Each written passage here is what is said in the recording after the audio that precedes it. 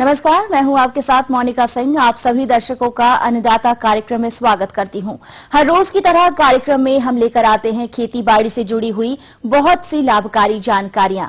तो चलिए सबसे पहले देखते हैं क्या है विशेष आपके लिए आज के कार्यक्रम में। खीरा की वैज्ञानिक बुआई तकनीक पर जानकारी।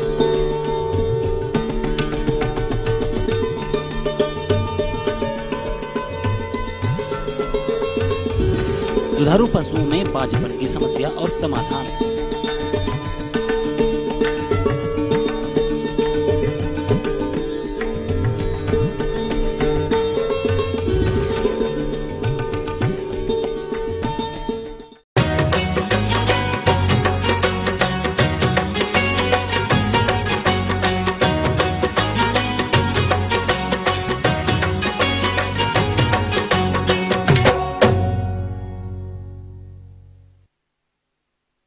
जायद में खीरा की खेती प्रदेश के लगभग सभी क्षेत्रों में की जाती है।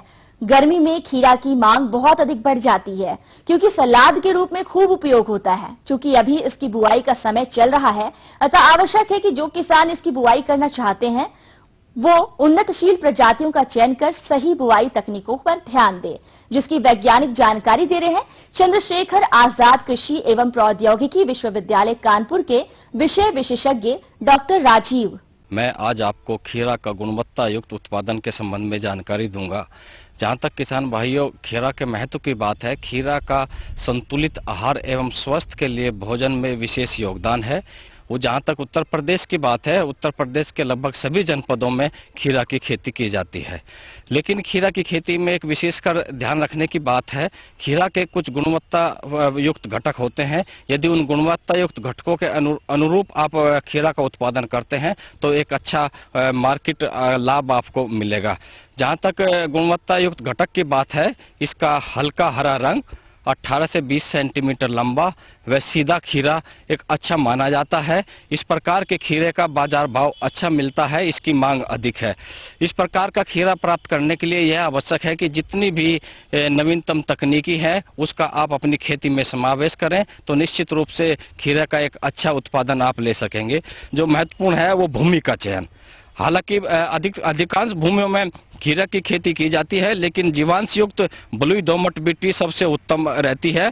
लेकिन ये नितांत आवश्यक है कि मिट्टी में जल निकास का उचित प्रबंध हो ताकि जल भराव ना हो, क्योंकि यदि जल भराव होता है तो फिर पौधों को उससे हानि होगी, बीमारी का और कीट का प्रकोप बढ़ेगा। खेत की तैयारी के लिए 4 से 5 डी जुताई की जाती है तथा प्रत्येक जुताई के पश्चात पाटा लगाया जाता है। तो मिट्टी की इस प्रकार जुताई करते हैं कि एक कणीय संरचना और एक महीन संरचना बने। जहां पर खेत की तैयारी हो रही हो उसी समय खेत की अंतिम जुताई के समय 20 से 25 टन गोबर की खाद का प्रयोग किया जाना चाहिए। जहां तक रासायनिक खादों की बात है वो मिट्टी परीक्षण के आधार पर प्रयोग की जानी चाहिए। लेकिन सामान्य दशा पर यदि मिट्टी का परीक्षण नहीं हो पा रहा है तो 80 से 100 किलोग्राम नत्रजन, 60 से 80 किलोग्राम फास्फोरस और 60 से 80 किलोग्राम पोटास प्रति हेक्टेयर की दर से प्रयोग की जानी चाहिए। नाइट्रोजन की आधी मात्रा तथा फास्फोरस एवं पोटास की पूरी मात्रा नाली बनाते समय प्रयोग की जानी चाहिए तथा शेष नाइट्रोजन की जो आधी मात्रा है उसको 2 बराबर भागों में बांटकर एक भाग 25 दिन के बाद और दूसरा आधा भाग उसका लगभग 40 से 50 दिन बाद इसका प्रयोग किया जाना चाहिए। किसान भाइयों, जहां तक खीरा की उन्नतशील प्रजातियों की बात है, 2 तरह की प्रजातियां हैं, एक संकर प्रजातियां, एक मुक्त परागित किस्में वाली प्रजातियां। संकर प्रजातियों में पूसा संयोग, रानी दोनों बहुत अच्छी उत्पादन देने वाली और मार्केट में पसंद की जाने वाली अच्छी प्रजातियां हैं। जहां तक मुक्त परागित किस्मों की बात है, इनमें कल्याणपुर हरा जो चंद्रशेखर आजाद कृषि एवं विश्वविद्यालय कानपुर का है वो बहुत अच्छी प्रजाति है। इसके साथ एक पूसा शीतल है जो बहुत के किसानों में और इसके साथ साथ जो उपभोक्ताओं में काफी प्रिय है। इन प्रजातियों का आप प्रयोग कर सकते हैं। सबसे पहली बात आती है बीज का चयन। बीज चूंकि एक बहुत महत्वपूर्ण घटक है तो इसलिए बीज प्रमाणित स्रोत से लिया जाना चाहिए तथा बीज मानक के अनुसार उसकी अंकुरण क्षमता होनी चाहिए। इसके साथ साथ बीज कीट एवं जो बीमारियां हैं उन सब से मुक्त होना चाहिए, अर्थात एक स्वस्थ बीज होना चाहिए। जहां तक बीज दर की बात है 3 से 4 किलोग्राम प्रति हेक्टेयर बीज पर्याप्त रहता है, लेकिन जो संकर किस्में हैं, संकर किस्मों में केवल 1.5 किलोग्राम बीज 1 हेक्टेयर के लिए पर्याप्त होता है। बीज को बुआई से पूर्व शोधन करना नितांत आवश्यक है। बीज शोधन के लिए कार्बेंडाजिम 3 ग्राम मात्रा का प्रति किलोग्राम बीज की दर से मिलाकर उपचारित किया जाना चाहिए। लेकिन मैं किसान भाइयों यहाँ पर यह भी बताना चाहूंगा, खीरा का जो बीज होता है उसका छिलका थोड़ा कड़ा होता है, तो बुआई से पूर्व खीरा के बीज को 3 से 4 घंटे तक पानी में भिगोना चाहिए। और पानी में भिगोने के पश्चात थोड़ा सा जब हल्का सा सूखने लगे बीज, उसके पश्चात उसकी बुआई करनी चाहिए। जहां तक किसान भाइयों खीरा के बुआई की विधि की बात है, एक बहुत ही महत्वपूर्ण घटक ये आता है, तो आपको बहुत ही संस्तुति के अनुसार खीरे की बुआई करनी चाहिए। खीरे की एक वैज्ञानिक विधि से बुआई करने के लिए 1.5 मीटर की कतार से कतार की दूरी पर 40 से 50 सेंटीमीटर चौड़ी व 20 से 25 सेंटीमीटर गहरी नाली बनाते हैं तथा नाली में 60 से 70 सेंटीमीटर की दूरी पर 2.5 से 3 सेंटीमीटर की गहराई पर बीजों को इसमें बुआई की जाती है। बीजों की बुआई नाली के किनारे पर की जाती है। जहां तक नदियों के किनारे खीरा की खेती की बात है, तो वहां पर जो कतार से कतार की दूरी है वो 2.5 से 3 मीटर तक रखी जाती है। तो इस प्रकार यदि आप बुआई करते हैं अच्छी फसल आपको प्राप्त होती है। लेकिन किसान भाइयों ये भी बता दें, जो फल मिट्टी के सीधे संपर्क में आ जाते हैं उनकी गुणवत्ता घट जाती है, उसका बाजार भाव गिर जाता है।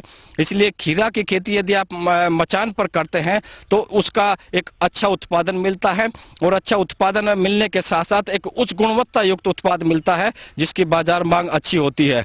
एक बहुत महत्वपूर्ण बात आती है पादप वृद्धि नियामकों की।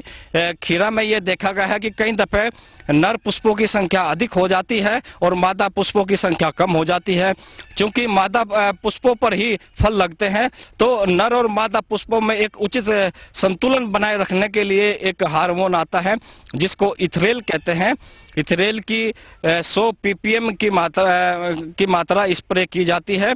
2 बार स्प्रे किया जाता है, एक बार 2 पत्तियों वाली अवस्था पर और एक बार 4 पत्तियों वाली अवस्था पर। इसलिए आप 2 बार इथरेल का स्प्रे करेंगे तो इस स्प्रे करने से मादा पुष्पों की संख्या बढ़ेगी, उस पर जो है फल अधिक आएगा, तो एक अच्छा उत्पादन जो है इस प्रकार किसान भाई उसको ले सकेंगे।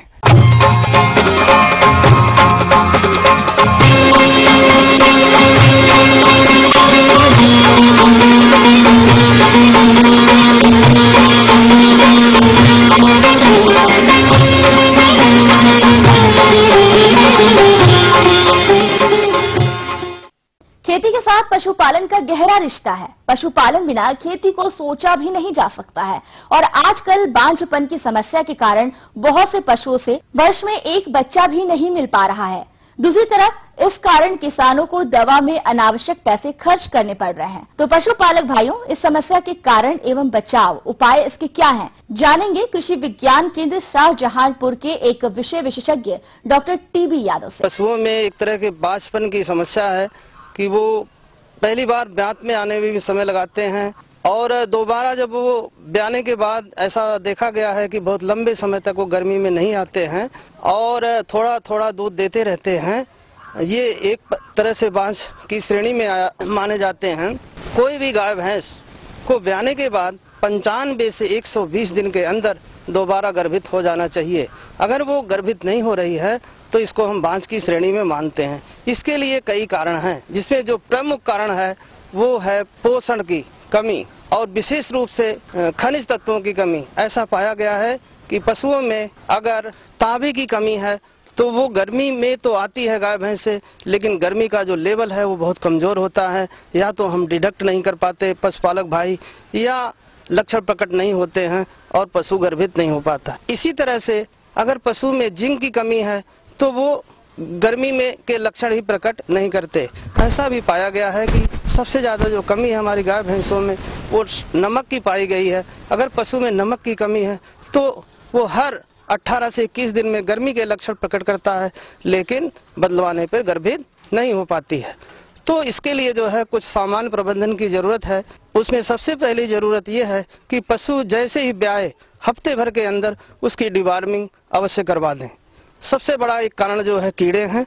कीड़े के कारण से भी जो भी पोषक तत्व पशु को दिया जाता है उसमें वो हिस्सेदारी कर लेते हैं, जिसके कारण से उनको पूरा पोषक तत्व नहीं मिल पाता और यह भी एक बाझपन और कम दूध देने का एक प्रमुख कारण है। तो डिवार्मिंग करने के बाद पशु को 50 ग्राम खनिज मिश्रण और 25 ग्राम नमक ये प्रतिदिन देना चाहिए। अगर ऐसा हम करते हैं तो पशुओं में खनिज तत्वों की कमी के कारण जो बाझपन है यानी लगभग 80% बाझपन की समस्या दूर हो जाती है। इससे हमारा गाय भैंस अधिक मात्रा में दूध भी देती है। ऐसा पाया गया है कि अगर केवल डिवार्मिंग कर दिया जाए तो पूरे ब्यात में वो गाय भैंस सामान्य की तुलना में कम से कम 300 किलो ज्यादा दूध देती है। इसके अलावा वो 95 से 120 दिन में गर्मी में आकर के गर्भधारण भी कर लेती है।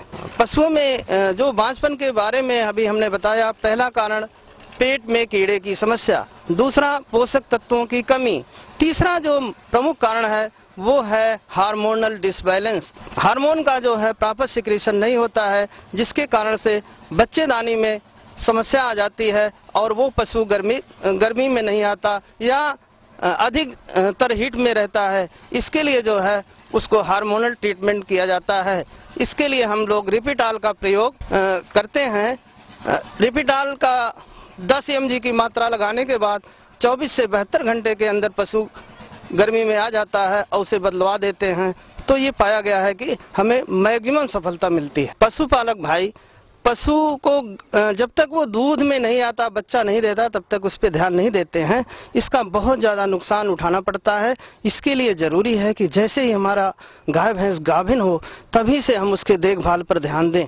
विशेष रूप से जब 6वें महीने की गर्भावस्था में पहुंच जाती हैं तो चूंकि पेट में बच्चा पल रहा है, गाय भैंस दूध भी देती रहती है, उसकी अपनी भी आवश्यकता होती है। इसके लिए उसे जो है पोषक तत्वों की मात्रा की अधिक जरूरत पड़ती है, जिसके लिए ये आवश्यक है जो हम 1 किलो प्रतिदिन प्रति पशु मेंटेनेंस के रूप में रातिम मिश्रण देते हैं, उसकी मात्रा को 6ठे महीने की गर्भावस्था में हम बढ़ाना शुरू कर देते हैं। पहले 1 पाव से मात्रा को बढ़ाते हैं, फिर धीरे धीरे इसे बढ़ाते जाते हैं और ब्याने तक की स्थिति में 1.5 से 2 किलो तक इस मात्रा को हम बढ़ा देते हैं। अगर हम ऐसा नहीं करते हैं तो पैदा होने वाला बच्चा कमजोर होता है, जिससे उसके जीविता पर भी प्रभाव पड़ता है। दूसरी वो गाय भैंस भी कमजोर हो जाती है, जिसके कारण से ब्याने के बाद जितने दूध की उत्पादन वो दे सकती है उस मात्रा में कटौती हो जाती है, पूरे क्षमता के साथ वो दूध नहीं दे पाती है।